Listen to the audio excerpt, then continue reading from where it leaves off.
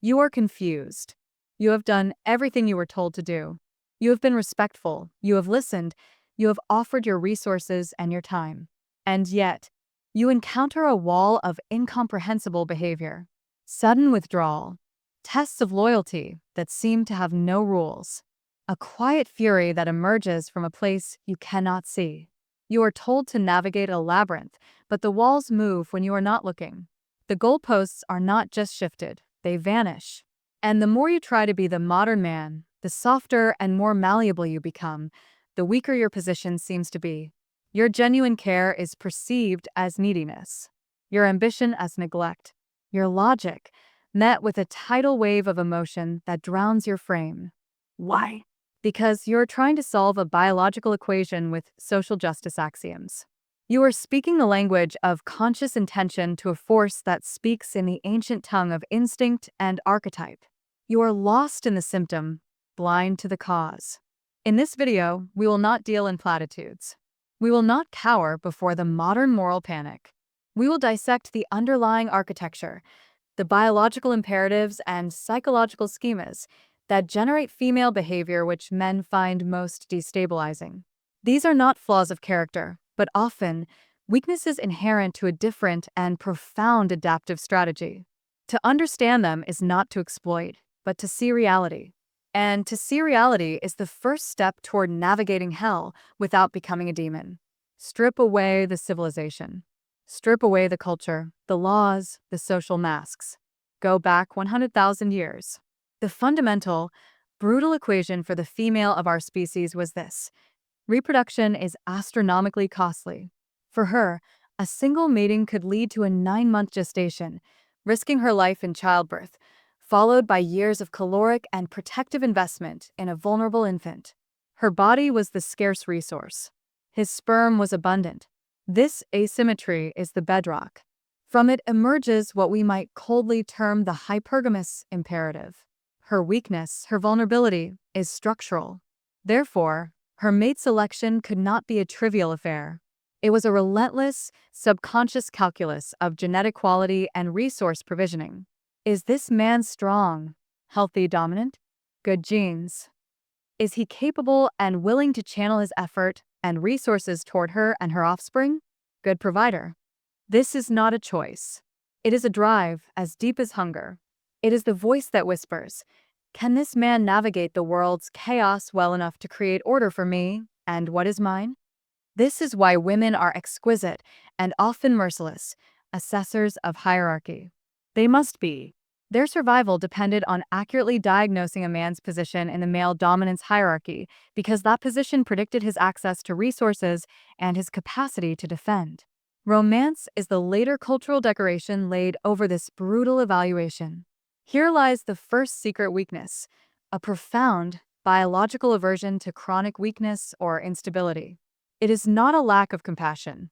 It is an instinctual terror of being yoked to a sinking ship. In the ancient world, a weak partner meant death for her children. That terror echoes in the modern disdain for the man who cannot assert himself, who is perpetually adrift, who looks to her to be his purpose and his foundation. He triggers the archetype of the burdensome child, not the capable partner. The second root is the reproductive paradox. Her value in the biological marketplace is inherently tied to youth and fertility, a depreciating asset. His often builds with time, through accumulated competence and resources, an appreciating one. This creates a deep, often unspoken, existential timer.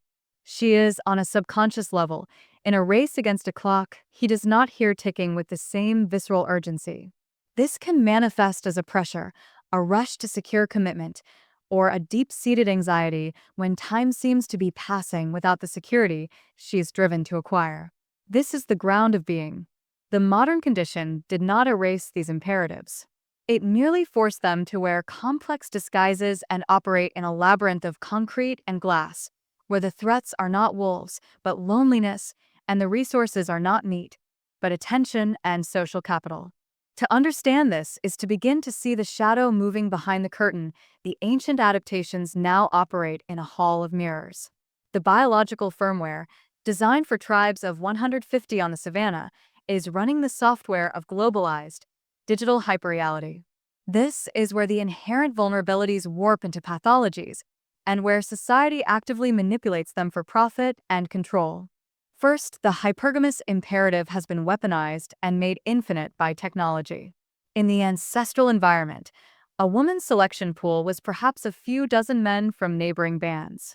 Her assessment was concrete, based on direct observation of competence, strength, and social standing. Now, enter the digital marketplace, dating apps, social media. Her potential pool is thousands, tens of thousands. This creates the illusion of infinite optionality. The biological drive to mate up, to find the best genetic and provisioning partner, is no longer bounded by geography or reality. It is fed a curated stream of highlights, the top 10% of male profiles, the most charismatic, the most successful, the most aesthetically perfect. This triggers a perpetual state of comparative anxiety. Why settle for the good man before her, when the potential for a perfect one might be the next swipe away? The drive becomes a trap, leading to chronic dissatisfaction, the constant devaluation of available men, and a profound loneliness at the center of perceived abundance. The modern world has turned her greatest adaptive strength into a mechanism for its own alienation. Second, the existential timer of the reproductive paradox is no longer synchronized with culture. Biologically, the clock ticks. Culturally, she is told to prioritize career, endless self-discovery, and the pursuit of experiential capital. She is sold a narrative of unlimited time. You can have it all, and you can have it later. This creates a brutal cognitive dissonance. At a deep, limbic level, the alarm is sounding. At the conscious, socially programmed level, she is told to ignore it, that it is a patriarchal construct. The result is not liberation, but a suspended state of quiet panic. This internal conflict often externalizes as frustration with men who are not ready, or as a sudden, seismic shift in priorities in her late 20s or 30s, a shift that leaves many men bewildered, having been told for a decade that such pressures were archaic.